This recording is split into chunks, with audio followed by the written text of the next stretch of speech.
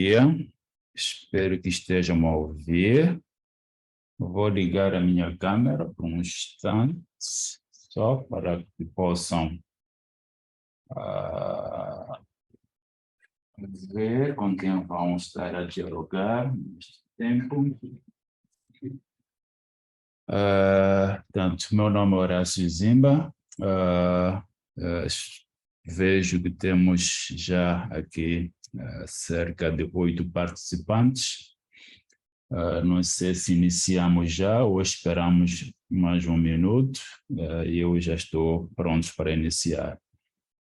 De qualquer forma, a Dani Scher, ela disse que eu poderia iniciar logo que eu estiver pronto, mas pronto, podemos combinar, não sei quantos que estão inscritos nessa sessão, se damos uns 2 minutos e iniciamos. Penso que, não sei quem estará do outro lado como responsável, mas eu pediria para que então colocasse no chat se estão a ouvir, se estão a ver a minha tela também partilhada, por favor.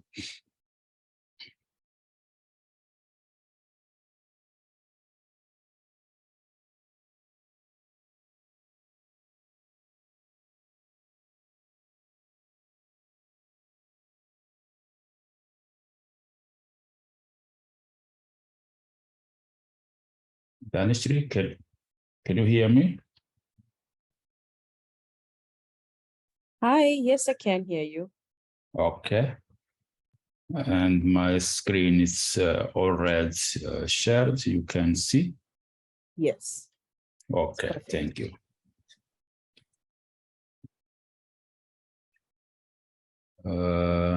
Sim, pode, não sei se, I don't know if they have permission to speak. No, because it's a webinar, they can't. Oh, okay. But I can Okay. open the chat box. I think that might be closed. Okay. Okay, you have to, you are the host, so can you, Okay. wait, let me see if I can, 1 second, I'll try and reclaim host. Now, let me see if I can open the chat. Okay, can you tell them that the chat is now open to everyone? Okay. Pronto, o chat está aberto agora, podem usar o chat para falar comigo e também o Q&A para as questões. Vejo aqui a mão do professor Betty-Court levantada, portanto, vocês não conseguem falar porque este é um webinar, está então trancada a parte dos micros para os participantes, mas podem usar então o chat e o Q&A para o efeito. Sim, vejo aqui já algumas reações. Pronto, vamos iniciar a nossa sessão. E, portanto, é de 1h30 a 2 horas no máximo. E teremos, então, a apresentação de 2 plataformas, iniciando pela plataforma Science Direct. E depois, logo em seguida, iremos, então, apresentar Scopus. Pronto, vejo que sim, já conseguem fazer então o uso do chat também. Muito obrigado a todos que estão aqui presentes e vamos então. O que é então Science Direct? Science Direct, aqui vou apresentar 2 slides apenas, depois passo para a plataforma em si, apenas para nós termos uma ideia do que estamos a falar. Science Direct, então, é a plataforma principal da Elsevier, na qual são, então, publicados, portanto, as revistas que são desta editora Elsevier. Portanto, todas as revistas da editora Elsevier estão presentes nesta base de dados Science Direct. E, então, aqui contém revistas e artigos que apresentam, então, o texto completo e são revisadas por par. O que, em termos de números, nós temos nesta base de dados cerca de 17 milhões hoje em dia. Esses números são do ano passado, portanto vão sendo atualizados com alguma frequência, mas o mais importante é que contém cerca de mais de 2.500 revistas científicas cobrindo esta quantidade de áreas temáticas, e também contém mais de 30 a 40 mil livros, portanto, de diversos títulos, portanto, também cobrindo várias áreas científicas. E os documentos que vocês vão encontrar aqui datam desde o 1823 para hoje em dia, 2023. E também onde encontrar conteúdos para além dos conteúdos subscritos, que então, são aqueles pagos, também existe então uma quantidade enorme de conteúdo que está em acesso aberto. Hoje em dia este número é de 1,4 milhões de artigos de acesso aberto. Então é esta base de dados que vamos falar neste primeiro momento, e vou então passar para a apresentação da base de dados da ScienceDirect da Elsevier. Como é que nós entramos? Penso que todos já sabem como entrar nessa base de dados. Simplesmente digitamos o endereço sciencedirect.com e vamos receber então esta página, a página principal da base de dados ScienceDirect. Eu vou falar um pouco do que está aqui, porque estamos a falar com participantes que têm um acesso que é subscrito. É importante que saibam como verificar se está a aceder à página correta, portanto, aquela em que tu tens o conteúdo. Primeiro, aqui assim temos este icon. Se eu clico aqui, eu vejo que eu estou a receber então esta página com uma autenticação da universidade. Neste momento estou na UEM, a nossa Universidade do Eduardo Mondlane, aqui em Moçambique, estou em Maputo.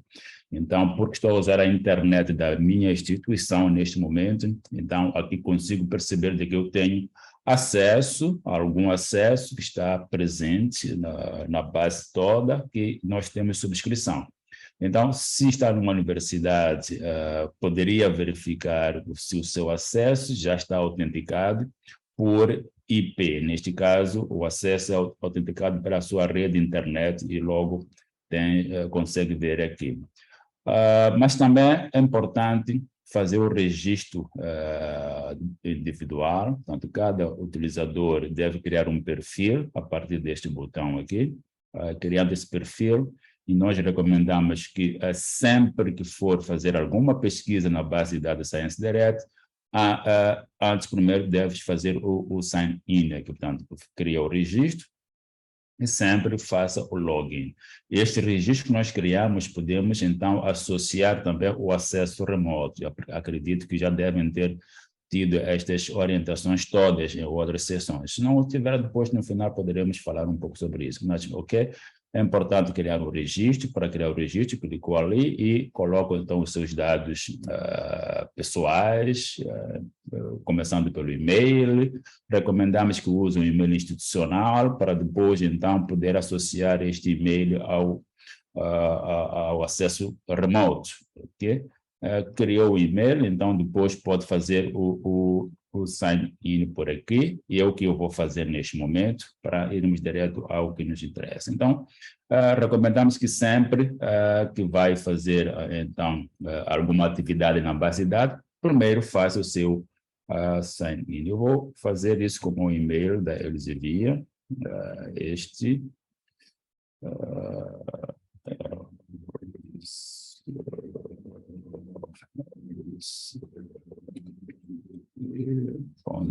.com.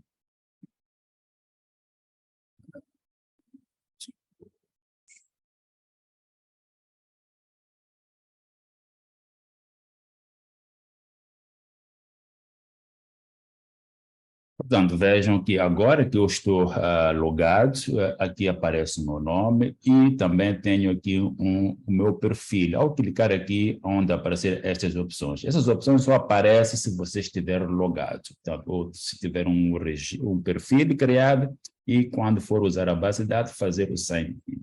É importante, então, ter isto aqui ativo. E irei falar sobre isso logo de seguida. Agora, o que é que nós temos aqui? Aqui temos a ferramenta de pesquisa, que nós pesquisamos por termos, okay, para encontrar artigos usando termos.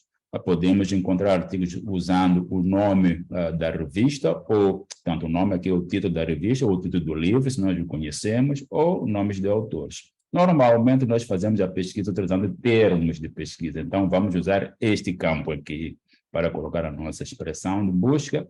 Depois, clicamos em Search para ele fazer a busca. Mas, antes disso, vamos perceber o que nós temos. Então, a Science Direct, ela organiza, então, os conteúdos em 4 grandes áreas, que são essas que estão aqui. Portanto, a área de ciências físicas, engenharia, ciências da vida, ciências da saúde, ciências sociais e humanidades. Depois, para cada uma das áreas, tem as suas sub-áreas. Podem ver que aqui mais para baixo, esta grande área subdividida por estas sub-áreas. E aqui são apresentados, então, os artigos mais populares desta área aqui. Portanto, são os que têm sido mais utilizados nos últimos tempos, e os que foram recentemente publicados estão aqui assim. Portanto, é uma análise muito rápida que pode-se fazer. A área das ciências da vida também está ali, com as suas sub-áreas. Depois, os artigos mais populares, portanto, nos últimos tempos têm sido muito procurados, são esses aqui, e os mais recentes. E vamos descendo, a mesma estrutura encontra-se nas outras áreas que estão aqui presentes. E mais para baixo, nós podemos navegar nos conteúdos, okay?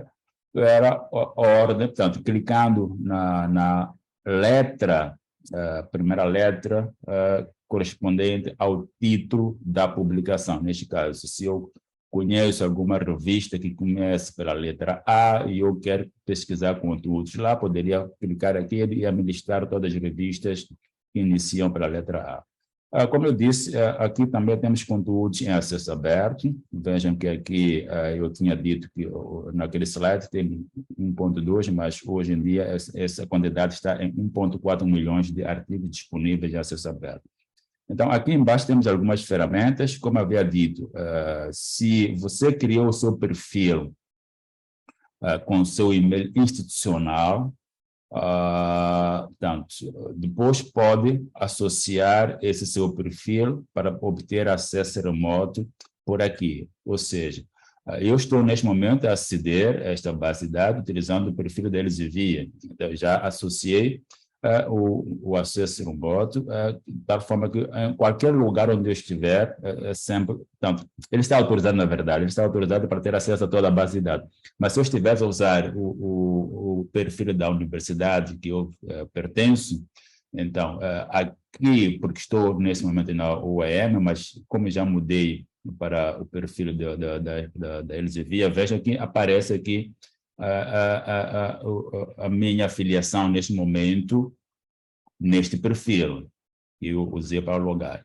Então, ou seja, se você cria um perfil aqui com o nome, vou mudar isso aqui para ser mais para clarificar isto. Eu tenho um perfil criado aqui na universidade. Então, se eu mudar aqui, change with another account, ok? Então, vou mudar aqui, vou usar o perfil Horácio.Zimba, espero me lembrar da senha, @UEM.mz.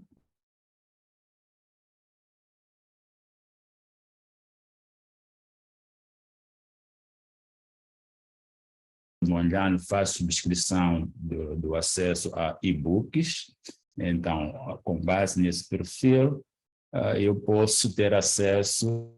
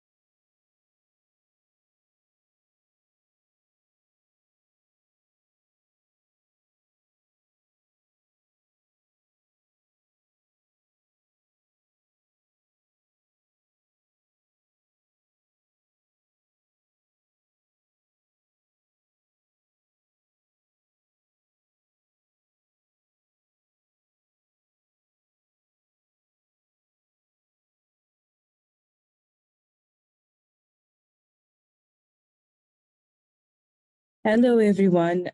Just please give us a few minutes as he reconnects. There was a problem with his internet connection, so just a few more minutes and we'll be back online. Thank you.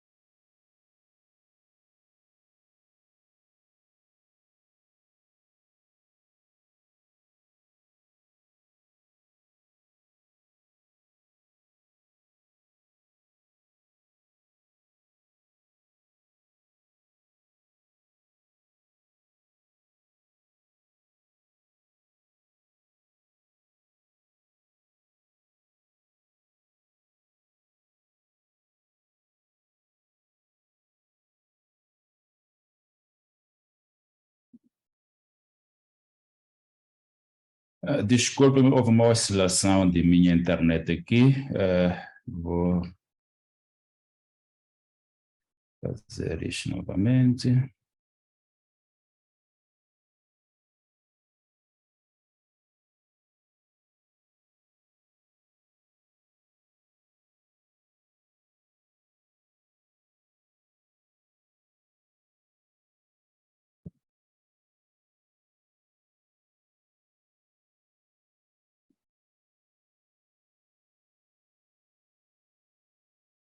Pronto, não sei se estávamos neste ponto, mas eu queria explicar a questão dos perfis. Então, eu estava a dizer que nós recomendamos que sempre faça primeiro um perfil e sempre que for fazer a pesquisa, entre com o seu perfil. E para associar o seu perfil a acesso remoto da sua instituição, uma vez que algumas instituições têm acesso no seu campo através de autenticação por IP, então primeiro vai criar o seu perfil e depois vai então associar esse perfil para obter o acesso remoto. Eu vou entrar agora no meu perfil que eu tenho criado, está ligado ao acesso que tenho na Universidade Eduardo Mondlane.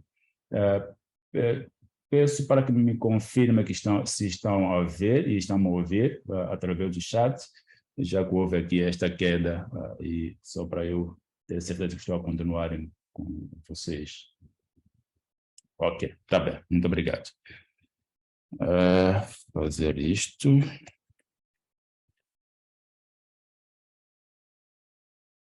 Bom.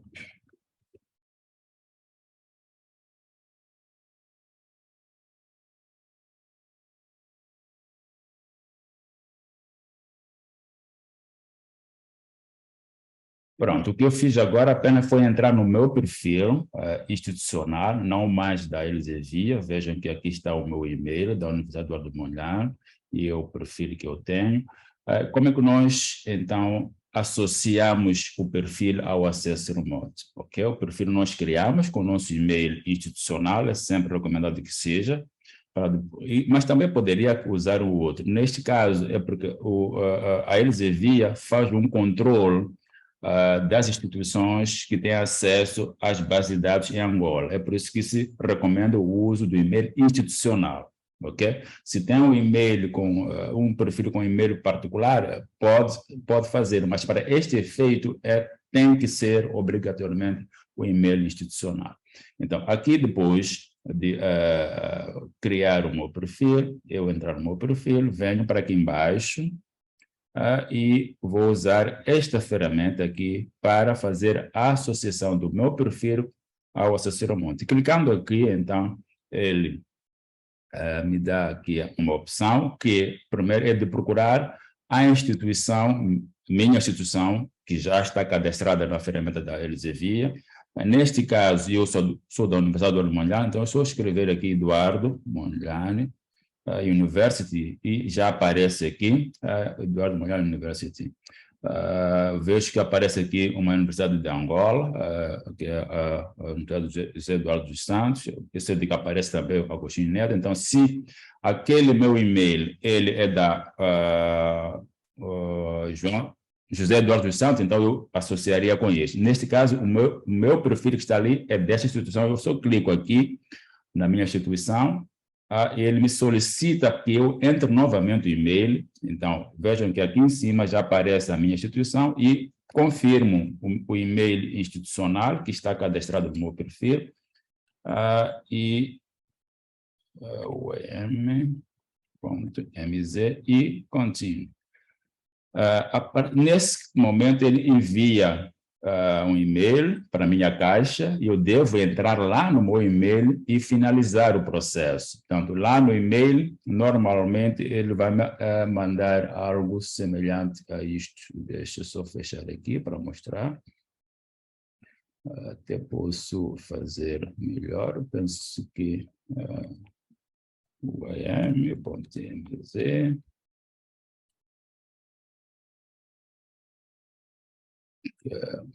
Acho que onde é que está? Aqui.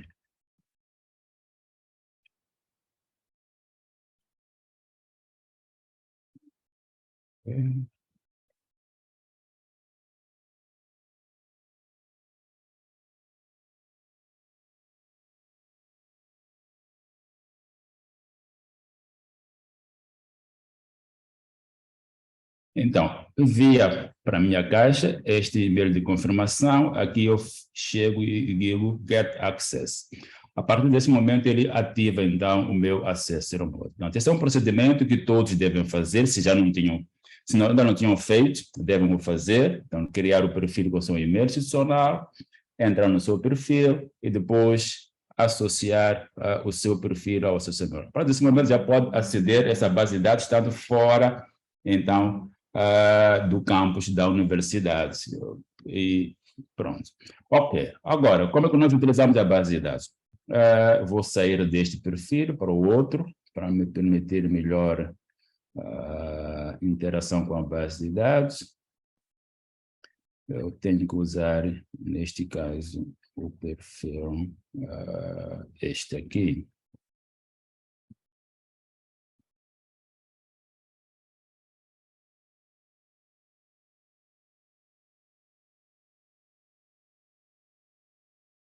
Pronto.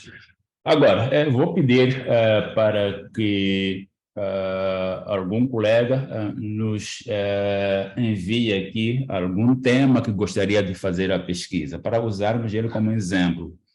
O que é que está, neste momento, interessado em pesquisar? Agora, uma coisa importante é que a pesquisa nessas ferramentas deve ser feita utilizando expressões na língua inglesa. Se eu tenho as expressões em língua portuguesa, recomendo que depois, antes de começar a pesquisa, faça a tradução dos mesmos. ChatGPT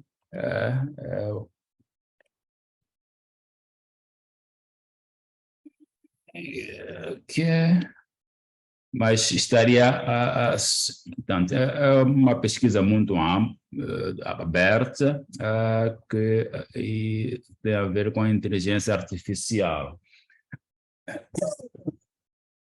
Haveria alguma coisa muito específica nesta temática que quereria fazer a pesquisa para poder me refinar? É uma temática muito recente, então só ocorrem aqui 8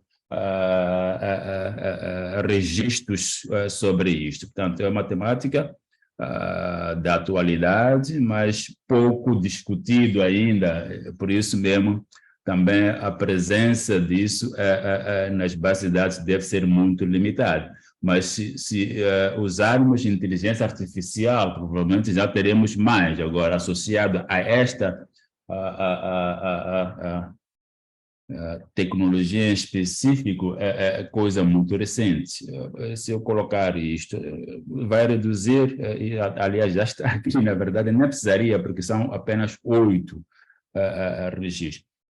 Então, ok, e se nós mudarmos a pesquisa para a Citizen and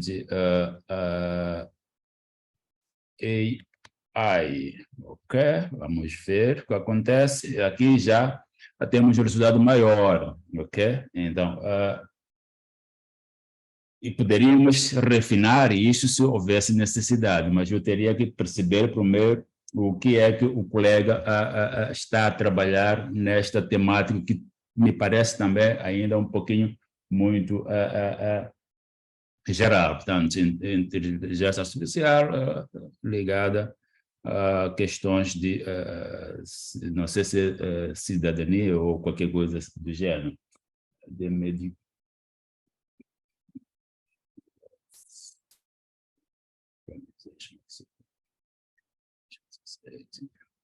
Ok. Pronto, são alguns temas. Ok, estou a ver aqui outros. Prontos. Se eu fosse neste último, seria isto. E depois, library, and management. Ok? Depois explico o que está ali. Ok, o último colega, Arturo Ngolo, me desculpe se eu não ler bem os nomes, propõe aqui a pesquisa do tema a inteligência artificial aplicada, então, à gestão de bibliotecas. A melhor forma de fazer essa pesquisa, então, é descobrirmos ali o que são as palavras-chave. O application in provavelmente não sejam realmente palavras-chave, mas as palavras-chave aqui é a própria inteligência artificial e a gestão de bibliotecas ou library management. Então, o que eu fiz? Apenas coloquei aqui AI, and, portanto, este é um descritor booleano, que nós temos 3 principais descritores booleanos, o AND, o OR e o NOT, que são utilizados para fazer o link entre os termos. Então, isto é o que também, numa pesquisa um pouquinho avançada, nós fazemos. Numa pesquisa simples, eu colocaria os termos como ocorrem ali. Se eu copiar simplesmente o que o colega me escreveu e colocar aqui, vamos ver, então, o que nós vamos obter. Então, esta foi a sugestão do colega. Vejam que a pesquisa subiu em termos de resultados, ok? Em termos de resultados, porque traz também isto aqui, applications. Mas application pode ser para qualquer outra área. O que nós estamos à procura aqui é inteligência artificial na área de gestão de bibliotecas. Daí que nós retiramos aquele application, colocamos inteligência artificial and library and management. E isto nos reduz o resultado para 9.000 e não esses 15.000 que estão ali. Porque, pronto, a palavra aplicação não descreve o assunto em si que me interessa. Ok? Qual é a razão do uso do operador booleano na pesquisa simples? Portanto, a pesquisa simples é esta que está aqui. Da forma como está aqui, é uma pesquisa simples, ok? Esta é a pesquisa simples, ou seja, não utilizei nenhum operador booleano. Se eu utilizar um operador booleano, estou a sair de uma pesquisa simples para uma pesquisa avançada, ou seja, numa pesquisa avançada, a tendência é sempre de fazer um filtro na sua pesquisa, para não receber resultados que não sejam relevantes, ok? Portanto, o uso dos operadores booleanos é para afunilar, ou seja, para refinar o seu resultado para ser relevante àquilo que realmente lhe interessa. O colega anterior, o interesse dele é alguma coisa que tenha a ver com a gestão de bibliotecas, aplicando, então, a inteligência artificial. Aí, o que é que eu faço? Então, identifico os termos principais do assunto, que neste caso é a inteligência artificial e bibliotecas e gestão. Ok? Esses são os termos principais do assunto que ele procura. Eu descarto o application aqui, que não é tão relevante assim, e depois vou usar os operadores booleanos para ligar isso. Eu poderia, inclusive, fazer dessa maneira, sem colocar os operadores. Continua uma pesquisa simples.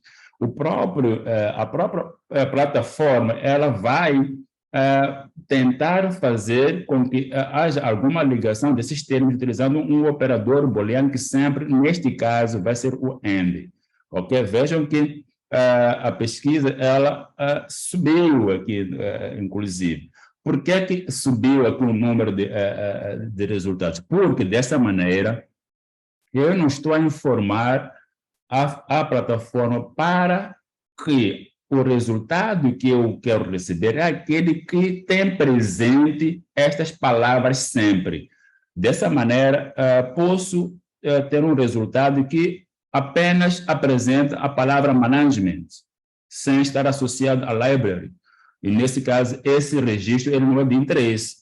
E quando eu coloco aqui o operador AND, estou a obrigar a plataforma a que estas palavras devem estar presentes em todos os registros que virão para cá, ok? Então, essa é a importância de saber usar corretamente os operadores booleanos. Aqui estou a obrigar que estas palavras, 3 palavras, portanto, AI, Library e Management, devem estar presentes sempre em todos os registros que serão aqui apresentados. Nesse caso, é por isso que o resultado final ele vai baixar um pouco. Aqui alguma coisa mudou, mas ok. Na anterior eram 9.000. Ok. Sim. Então, se tivesse abaixo da barra de pesquisa, portanto, é semelhante ao que estamos a fazer aqui, só que aqui ela é guiada, ok? O colega Helder está a perguntar. Eu posso usar esta, e aqui é guiada. A pesquisa avançada dela vai ser guiada no sentido de que, pronto, eu vou colocar os termos aqui nestas janelas, ok? Se eu quero pesquisar qualquer artigo ou revista, portanto, qualquer revista, posso escrever aqui o título da revista, ok? Em que eu quero pesquisar isto. Se eu conhecer alguma revista, posso escrever aqui o título da revista, que eu quero pesquisar estes termos. Então, a pesquisa vai ser mais reduzida ainda. Estou a pesquisar isto aqui dentro de uma certa revista ou dentro de um certo livro. inclusive, num certo período de ano, portanto, vou colocar ali o ano, ou de um determinado autor que eu conheça.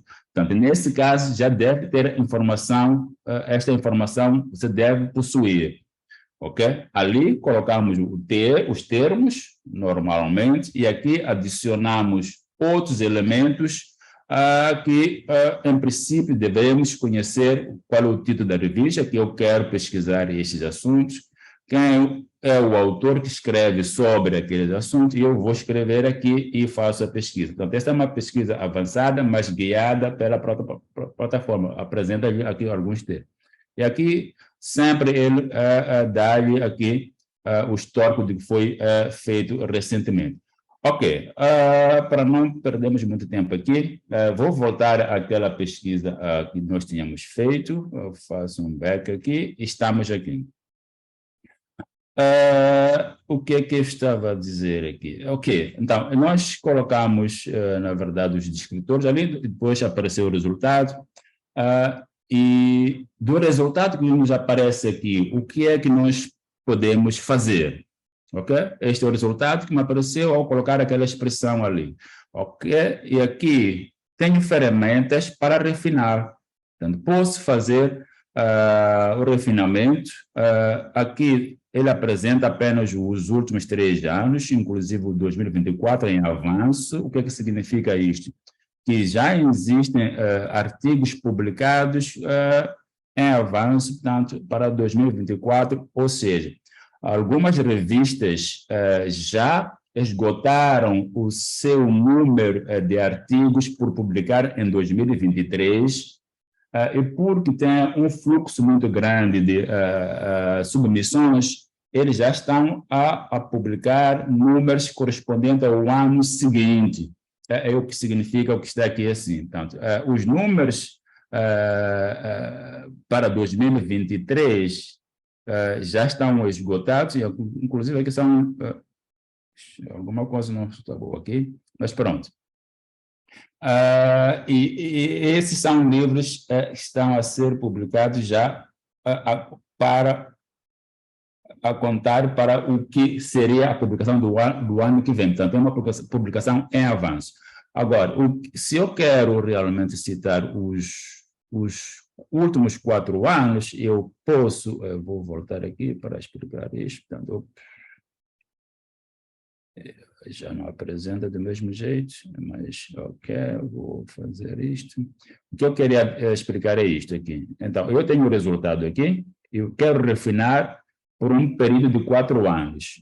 Aqui estão presentes apenas 3 anos. Se eu quero ver os demais anos, clico aqui em Show More e me apresenta os outros anos. Eu quero os últimos 4 anos, incluindo 2023, não 24. Então, vou selecionar os 4 anos últimos. Assim, ele vai refinando o resultado.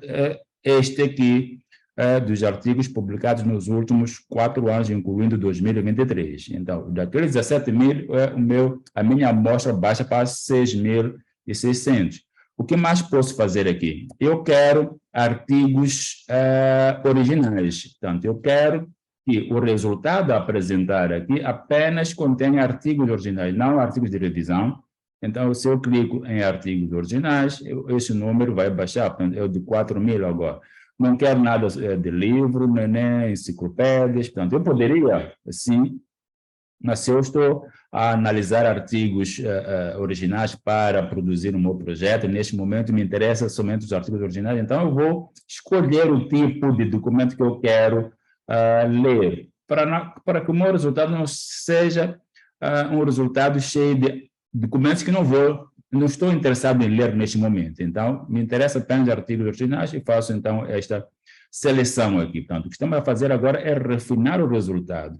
Antes de começar a ler qualquer que seja o texto que está aqui, é melhor fazer isto aqui para ter um resultado relevante. Portanto, nós estamos à busca sempre de um resultado relevante aqui.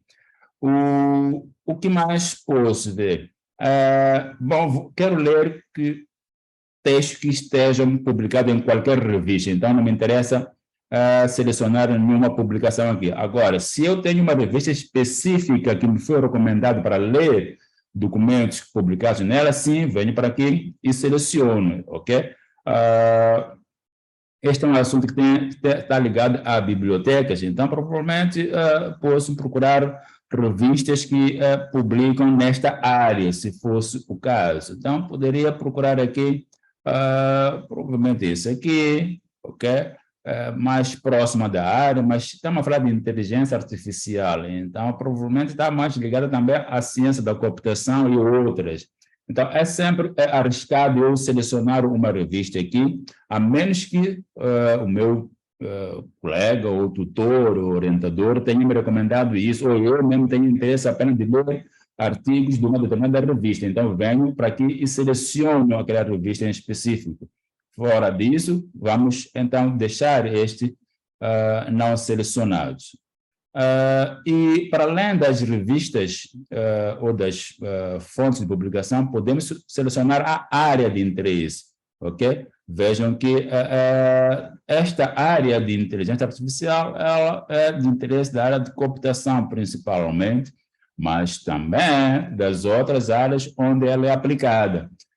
Neste caso, provavelmente não seria agricultura, né, bioquímica, eu acredito que está associada a ciências sociais e provavelmente gestão aqui, devido à associação da área de bibliotecas com as outras áreas. E isto vai diminuir, então, vai reduzir o número de registros que eu tenho ali. Vejam que aqui já aparecem algumas revistas da área de biblioteca ou biblioteconomia ou ciência da informação. Ok, o que eu estou a tentar mostrar aqui é que nós, quando fazemos a pesquisa aqui, ao colocar a expressão de busca e fazemos a pesquisa, iremos receber sempre um resultado que pode ser muito grande e difícil de analisar todos os textos ou registros que nós recebemos. Daí a importância de fazer estes refinamentos antes, para chegar a uma amostra de registros que são realmente relevantes para a sua pesquisa e que são realmente possíveis de você manipular em termos de começar a fazer alguma leitura para ver se é isso que você realmente precisa ou procurava. Então, aqui é refinamento utilizando a ferramenta da própria base de dados. Ok, cheguei a este número de 2.184, é o que me interessa.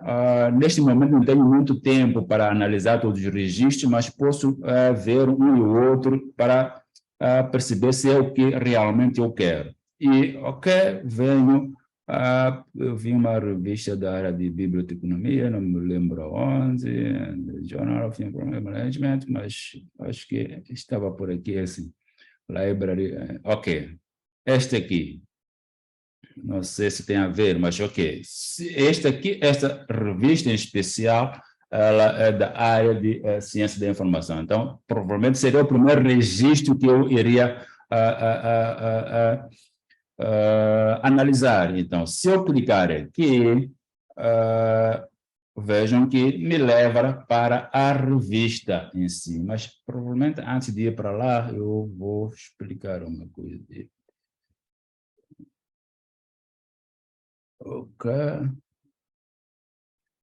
Ok. Então, vim para aqui, mas antes disso, desculpa, eu vou voltar ao resultado que eu estava antes, só para explicar uma coisa que eu me esqueci. Vejam que eu cheguei a este número, depois de refinar, com a ferramenta aqui, e aqui, então, no resultado que aparece à direita, tenho aqui as opções de registro que eu tenho. Aqui vai aparecer sempre research artigo. Por quê? Porque eu selecionei aqui que só quero ver exatamente artigos originais. Ok? Então, eu sempre há de aparecer aqui. Depois aparece esse botãozinho verde e o tipo de acesso que eu tenho. Sempre que for um Open Access, é porque eu poderia ter acesso mesmo não estando numa área autenticada. E este Full Test Access é porque este aqui, realmente, eu estou a obter este conteúdo por estar numa área autenticado ou por ter um acesso subscrito, ok? Era isso que eu queria falar antes. Então, e depois disso, vamos ver este resultado em específico.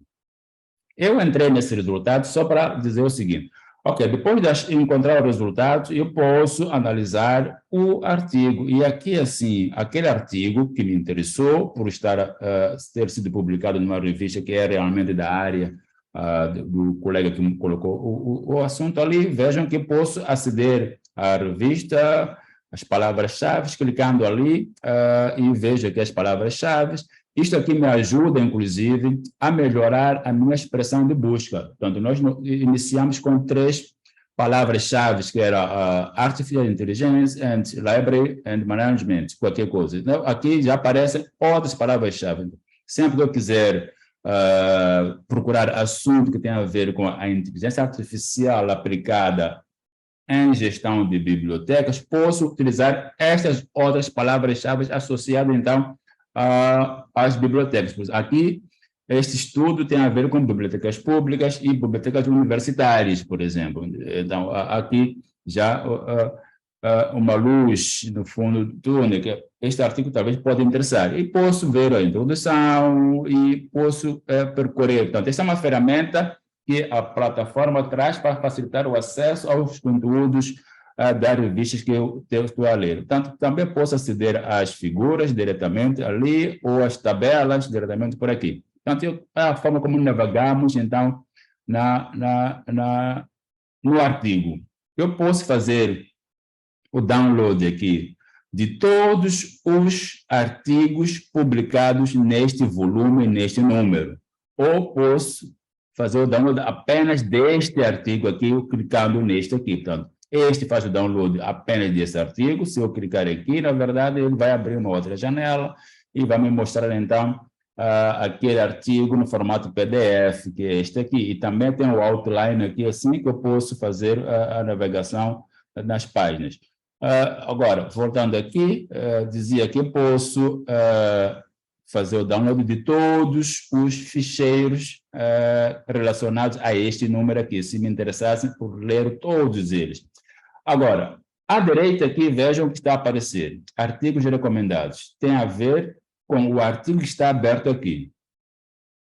Porque outros autores que leram este artigo também leram outros artigos, e esses artigos são os que aparecem aqui assim. O assunto tratado nesse artigo tem alguma relação com aquele. Então, porque os que analisaram este antes de mim também analisaram outros, então eu já me recomendo que talvez você também pode se interessar por esses aqui. Então, pode verificar esses também estão relacionados ao seu assunto. Ele mostra sempre 3 ali, podemos ver mais já por aqui assim. Além disso, o que nós temos aqui nesta página? Vejam que à esquerda, aqui desse lado, à direita, desculpem, temos as métricas.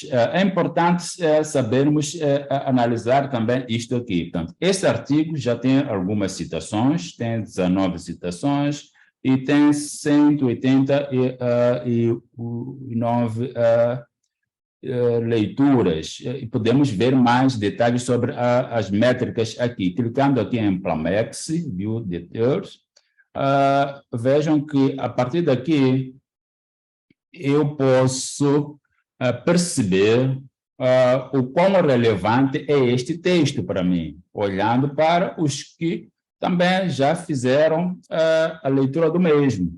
Ok, o que é que nós temos aqui? Sabemos que é um texto que já foi citado 19 vezes. Este texto foi publicado em 2021, estamos em 2023, portanto, 2 anos atrás. Portanto, em 2 anos, ele conseguiu ser citado 19 vezes. Então, deve ser um artigo realmente muito interessante para aquela área em específica.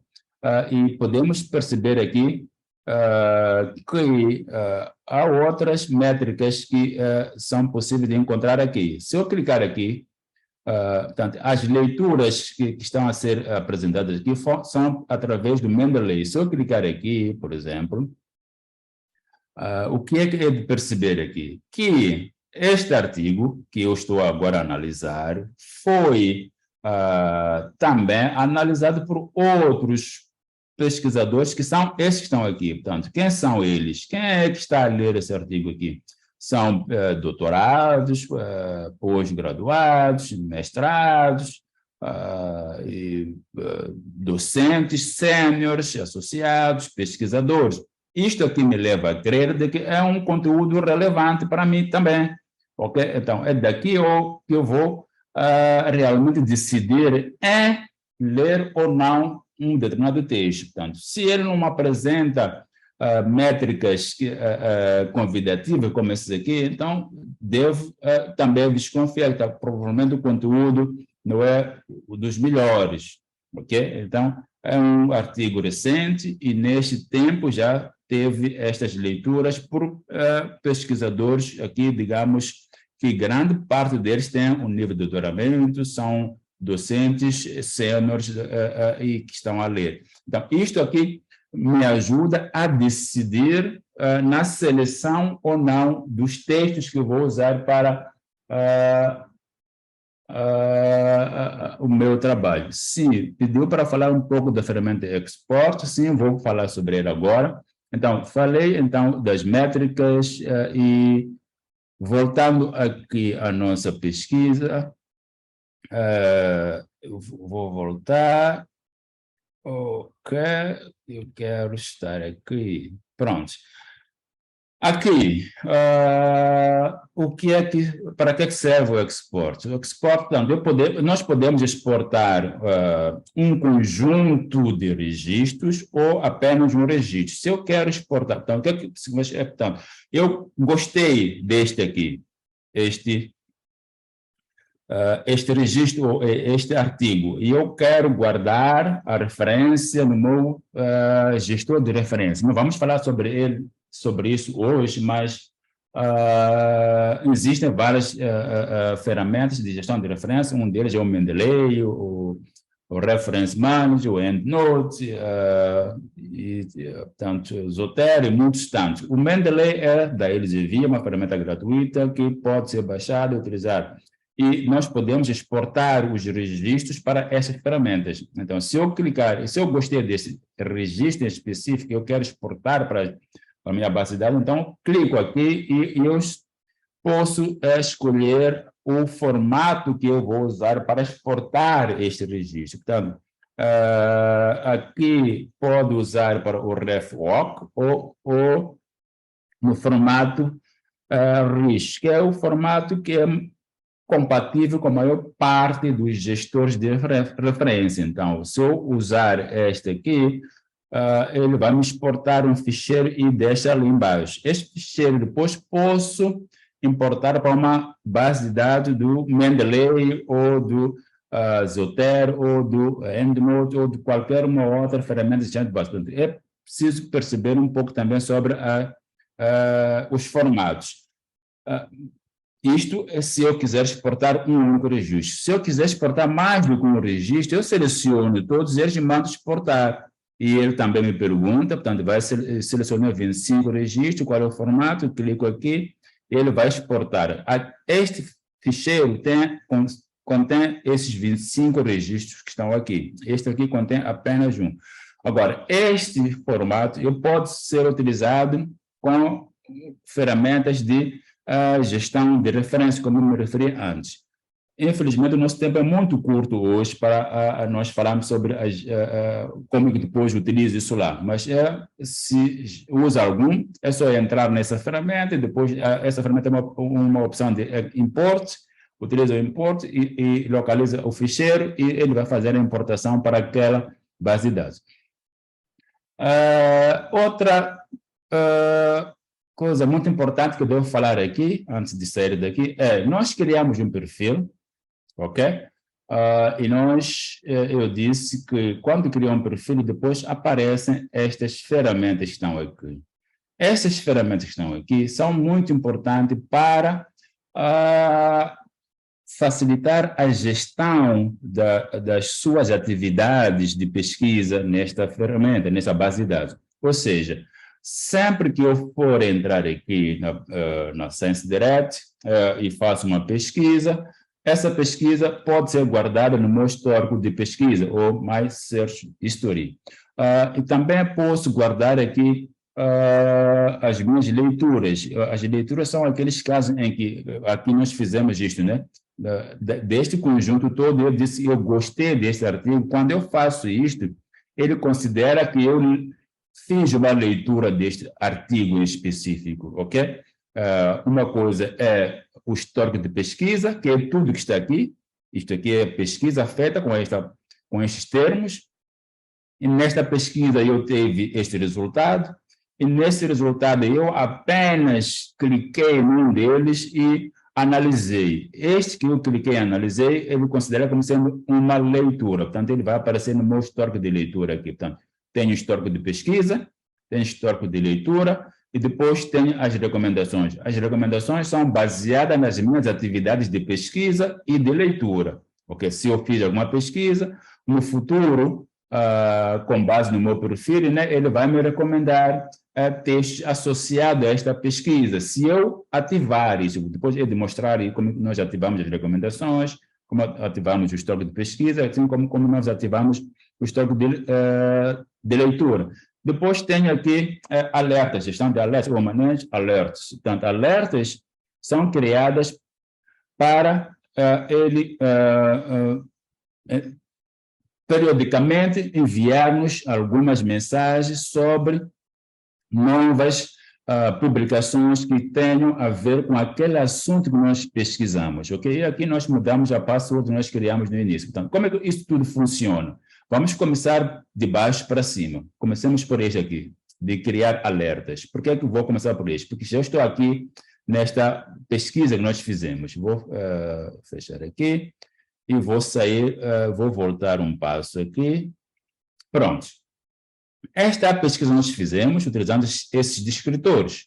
Vejam que ele me deu o resultado aqui e depois refinei o meu resultado, mas aqui em cima o próximo resultado, vejam que tem aqui uma ferramentazinha ali que diz Set Search Alerts. O que é isto aqui? Portanto, isto é que me permite, então,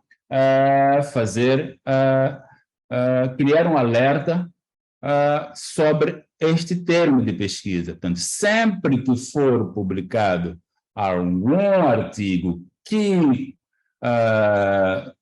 satisfaça esta expressão de busca aqui, ele vai me enviar uma mensagem a informar de que aqui está um texto publicado recentemente que satisfaz o seu interesse. Então, nós fazemos isto por aqui. Então, a pesquisa sobre isto, então vou fazer um set search alert e aqui eu vou escrever o nome que eu quero dar a isto. Tem a ver com a inteligência artificial.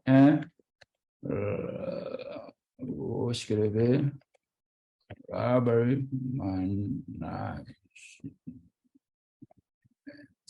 Então, tem um nome que eu dou tem que estar associado à minha pesquisa em si. Então, esta alerta tem a ver com o termo de pesquisa de inteligência artificial na gestão de bibliotecas e quero receber por e-mail, ok? Semanalmente, e nós podemos mudar aqui o período para mensalmente. Portanto, são os dois períodos possíveis, ou semanalmente ou mensalmente. Vou manter aqui semanalmente, como está. Então, depois vou dizer save, ok? Ok, então já está salva e vou fechar. Ou seja, semanalmente, se houver alguma publicação nova que satisfaça este termo, ele vai me enviar um e-mail naquele e-mail que está associado a este perfil, ok? Como é que eu vejo isto? Depois podemos vir para aqui e ver. Aqui, vou gerir tantas alertas que eu tenha feito. Se eu entro aqui, vejam que eu tenho aqui a janela onde faço a gestão das alertas que tenho ativados. Neste caso, eles têm dois tipos de alertas. Um alerta que eu posso fazer por revista ou livro ou pela expressão de busca. E eu fiz um alerta agora por expressão de busca, que é esse search aqui. Então, venho para cá, vejam que este aqui é o alerta que eu criei hoje, agora. Portanto, eu criado a 27 de junho, e o nome é este, e pronto. Semanalmente, então, se houver uma publicação nova, ele vai me enviar aqui pelo e-mail, no meu e-mail. E eu tenho essas que são antigas, que eu já tinha criado aqui. Se eu quiser apagar, porque já não quero mais, eu simplesmente venho para aqui e eliminar, ok? E pronto, vou confirmar isso, aquele alerta deixa de existir. Então, não vai me mandar mais nenhum alerta. Portanto, isto aqui, posso estar a fazer uma pesquisa num projeto agora que me interessa receber novidades semanalmente, é por isso que eu faço isto aqui. No momento que aquele projeto acabar, então não quero mais receber, então venho para cá e apago. Ok? Portanto, eu tinha falado de que também temos, para além dos alertas, para facilitar isso, vou voltar na minhas pesquisas. Estávamos aqui, criamos o alerta, é sobre este termo de pesquisa, e depois, para além dos alertas, nós podemos ver as recomendações, o histórico de pesquisa e o histórico de leitura. Ok, vou começar por recomendações. Recomendações, my recommendation. Então, venho para cá.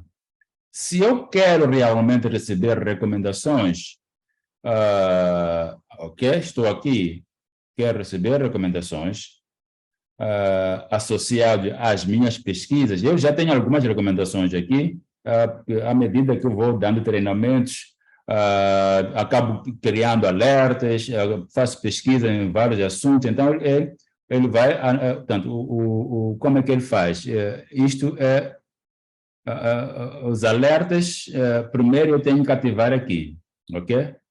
Se criou o perfil recentemente, normalmente, esta opção vem assim, inativa, vem dessa forma. Então, no dia que você cria o seu perfil, inicia a atividade de pesquisa aqui, recomendo que venha para cá e ative os alertas. Somente depois disso é que poderá receber aliás, recomendações, desculpa. Então, eu ativo aqui, eu digo que sim, eu quero receber recomendações baseadas nas minhas atividades na ScienceDirect. E como é que essas recomendações são enviadas? Aqui em About Recommendation, eu vejo, portanto, esta plataforma possui um algoritmo adaptativo que ela vai lendo segundo sua experiência de portanto, de atividade com esta plataforma. Portanto, com base nas suas pesquisas diárias, okay, nos textos que você vai baixando, nas expressões de busca que você vai utilizando ali, e associado ao seu perfil, ele vai sempre fazer uma varredura na base de dados toda e encontrar artigos que estejam associados àquela sua experiência com a plataforma.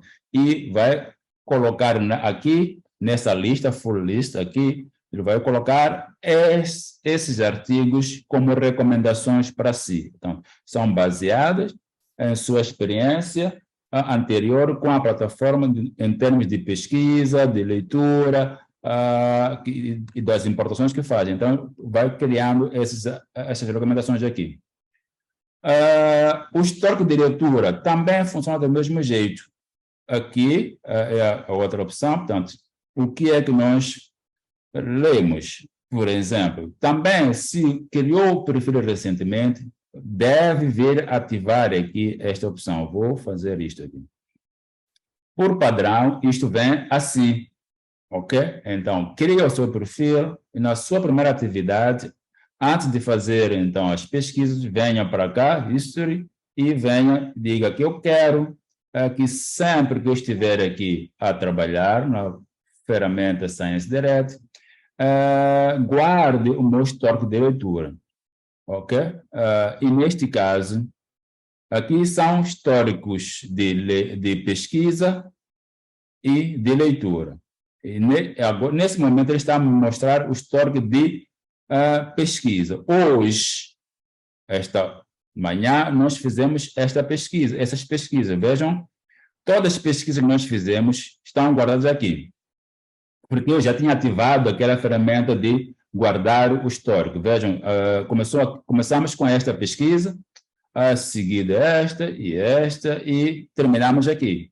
Então, depois de refinar esse resultado, nós paramos neste aqui. E ele foi guardando esse histórico. Ou seja, porque está ativo isto aqui, a próxima vez que eu entrar nesta plataforma, e se eu quiser pesquisar o mesmo termo de pesquisa, não tenho que digitar novamente lá naquela ferramenta. Eu venho para aqui e digo, por favor, faça novamente a mesma pesquisa. Clicando aqui, ele vai me refazer aquela pesquisa. Ou seja, isso poupa-me tempo de fazer pesquisa a mesma todos os dias que eu entro aqui. Está guardada a expressão de pesquisa, está aqui, com os refinamentos todos que nós fizemos, e sempre que eu quiser ver um resultado sobre isto, não tenho que voltar a escrever tudo isto aqui, nem fazer esse refinamento, venho para cá, no meu perfil, vou para My Search History, clico aqui e simplesmente vou selecionar o histórico de pesquisa que me interessa nesse momento, é este aqui ou é outra. Por exemplo, eu tenho uma que fiz em outro momento, não sei em que momento foi, mas está guardada desde abril de 2023. Se eu quiser ver o que nós fizemos, isto aqui, inclusive, foi um treinamento com colegas de Angola também, este de 9 de março. Se eu quiser ver o resultado que nós chegamos naquele período e o que vem publicado depois daquele período, é só clicar aqui e me traz o resultado. Vejam que no estoque tinha guardado 180 alguma coisa e agora aparece 190, porque de março para cá foram adicionados outros textos que satisfaçam a esta expressão. Então, por que é que nós fazemos isto? Isto aqui nos ajuda a poupar um tempo de interação com a pesquisa. Se eu sei que já fiz essa pesquisa utilizando os descriptores corretos, eu quero a mesma coisa, e não preciso repetir isso se eu tiver ativado essas ferramentas aqui. O histórico de leitura funciona do mesmo jeito, como já havia dito antes.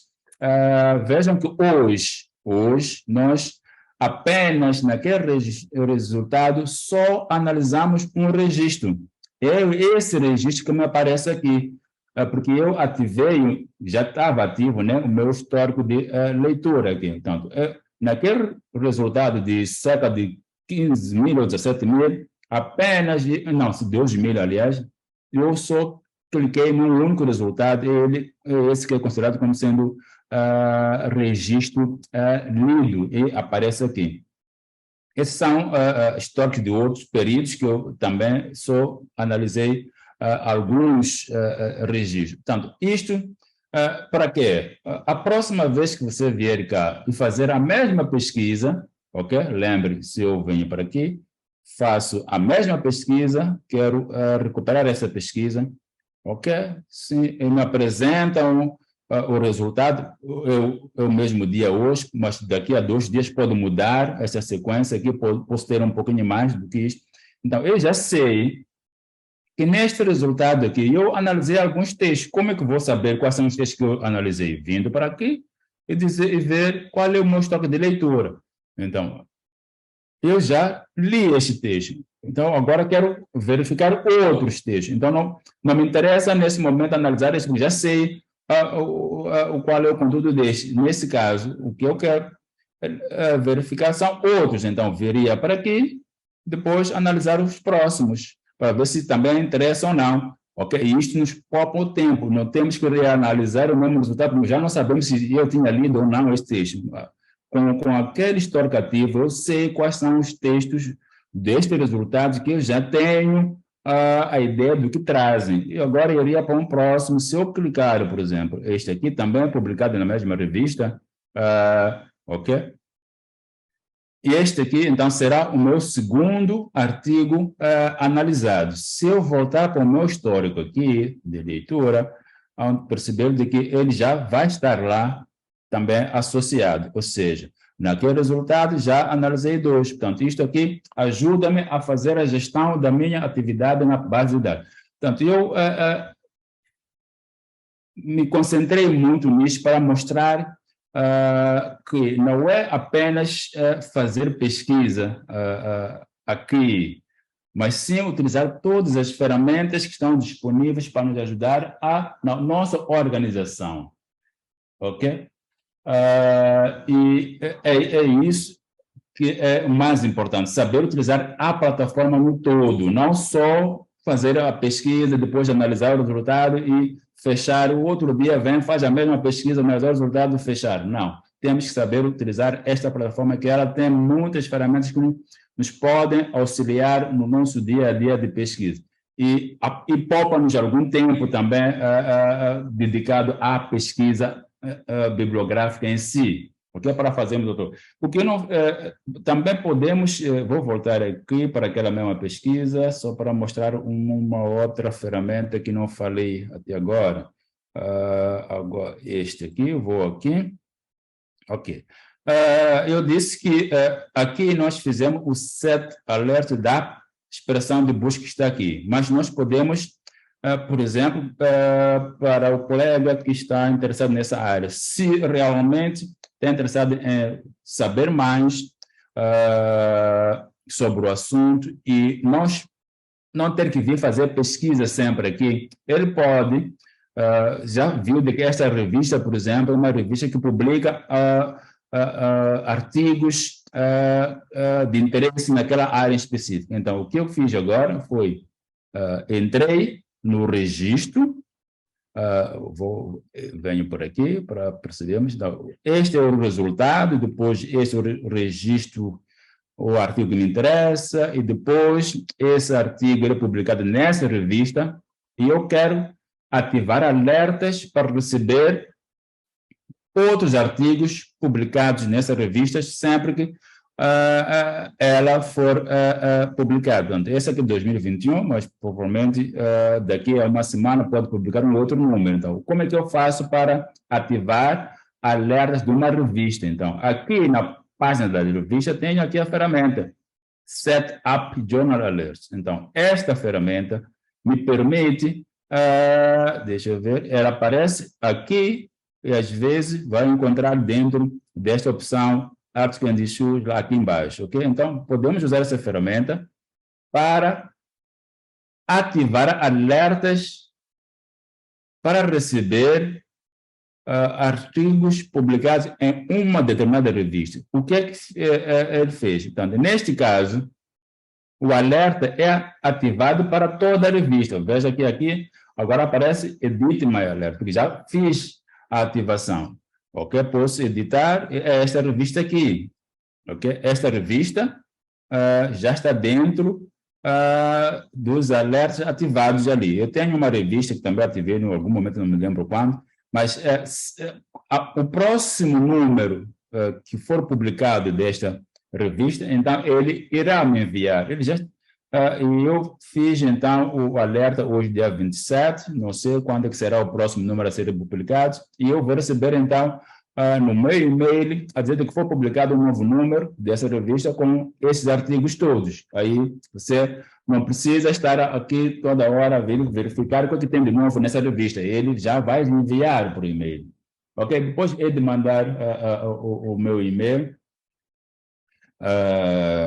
que é este.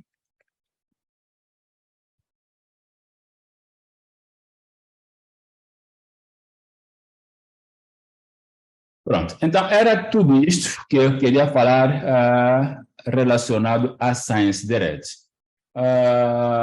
E agora vou fazer a apresentação, então, da outra plataforma, que é a Scopus.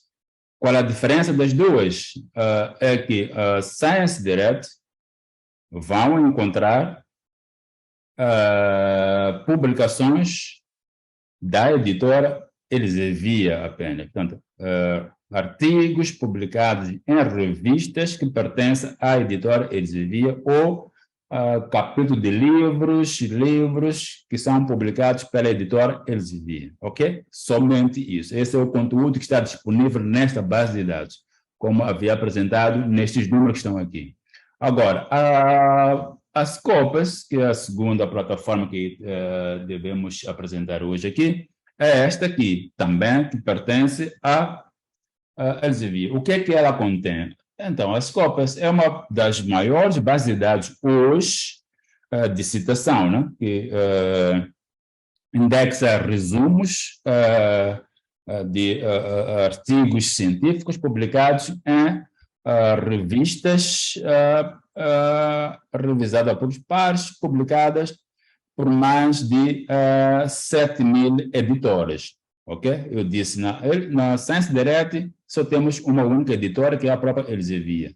Na Scopus temos publicações que, em termos de número de documentos, hoje em dia, ronda os mais de 81 milhões de documentos indexados, que são correspondentes a cerca de 24.000 títulos de revistas científicas, e também cerca de 234.000 livros, títulos de livros, e que podemos encontrar mais de 70.000 perfis de instituições, portanto, que são instituições em que os autores são filiados, e mais de 16 milhões de perfis de autores, portanto, autores aqueles que publicam esses documentos, que são afiliados nessas instituições, e que essas publicações todas pertencem a mais de 7.000 editoras diversas do mundo, inclusive a própria Elsevier. Portanto, e aqui nós podemos fazer pesquisas para percebermos a tendência de pesquisa de uma determinada área, percebermos também monitorar o impacto das pesquisas, também as tendências globais e muitas outras estatísticas e análises que nós podemos fazer. Não vou perder muito tempo aqui, vamos direto à própria plataforma. Então, só para ter uma ideia do que é a Scopus. A Scopus, então, como é que nós chegamos a Scopus? Digitando o endereço scopus.com, Enter. Se você digitar o endereço e usando a internet da sua instituição, e se ela está autêntica, se ela está registrada na base de dados da Elsevier, a interface vai ser diferente desse aqui. Se ela não está registrada, então você vai receber essa interface. Essa interface significa que não estou autenticado, ou seja, não tenho acesso à base de dados. Essa é uma base de dados de acesso por subscrição. Só consigo chegar à base de dados da Scopus se eu tiver no ambiente autenticado, ou seja, na universidade que tem acesso via o convênio do Ministério de Ciência e Tecnologia de Angola e com a Elsevier, ou se eu tenho um acesso remoto, aí sim. Então, eu vou fazer isso, vou autenticar-me. Vejam que aqui vem Scopus Preview. Scopus Preview é um acesso limitado, não tenho como fazer uma pesquisa na base de dados da Scopus. Para poder fazer, devo estar num ambiente autenticado, então eu vou entrar com a minha autenticação aqui. Prontos. A partir de agora, vejam que a tela mudou. Então, aqui já saiu aquele Scopus Preview, estou agora na base de dados Scopus. E também aqui aparece o meu perfil, é o mesmo perfil que estou a usar na Science Direct. Portanto, uma vez criado o perfil na Science Direct, ele serve para qualquer plataforma da Elsevier, o mesmo perfil, não tem que criar um outro perfil aqui. Okay? O mesmo acesso que criou e associou lá vai servir para aqui, vai servir para o Mendeley, vai servir para outras bases de dados da Elsevier. Nesse caso, aqui já tenho aqui as minhas ferramentas no meu perfil, e este é o perfil que também